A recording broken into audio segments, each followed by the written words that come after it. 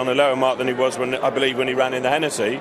He was very competitive in the Hennessy off that mark, so it's very attractive to obviously to run in this race off the mark he's got. He's been there before, though. Do you think he'll take to the track again? A while back, obviously, he's been with us now the last 2 years, so we've mixed and matched hurdling and chase, and he's been jumping really, really well now. I mean, when he ran in the Hennessy, which is as well as I've ever seen him jump, I think the key to him is, in a race like this, you wouldn't be rushing him like a little bit like we rode him in last year's Betfred Gold Cup, or whatever they call it, it's Sandown. You start last, let him pass horses, and of course over 4.5 miles, as you showed with Neptune, you can do it that way. As long as you rode him like that, not in a hurry, and let him jump into rhythm and pass horses, he'd go really well. Are you a little bit stunned by his?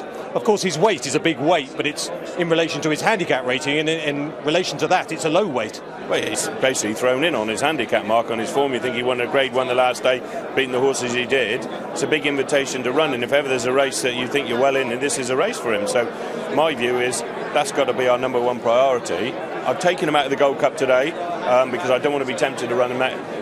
Obviously, he has been lame. We've just got him going the right way now. But I'm not going to forgo the Grand National with him by running him in the World Hurdle, for the sake of it. If we're not dead happy with him before the World Hurdle, he'll miss that and go straight to Aintree. This is his number one priority. You've got a couple of other runners in the race joined together, and Harry the Viking. What's the latest? Yeah, joined together. Obviously, we've trained him for this race. He ran in the Beecher. We didn't want to run him all winter when the ground was bad.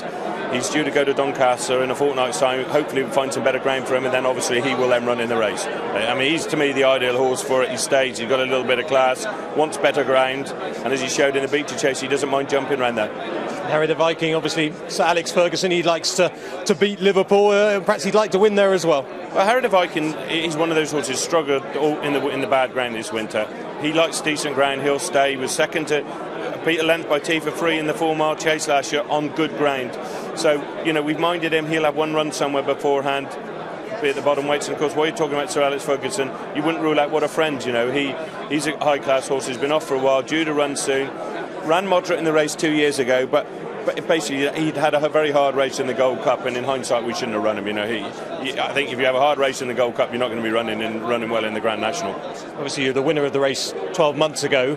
To win it 2 years in a row, that would be almost dream-like stuff, wouldn't it? That'd be a miracle. It took us 52 attempts to win the first time, so can't see that happening again. But I do think we've got 4 horses that, if they all got there and the ground was right, would definitely have chances. And headed by really Tidal Bay and joined together.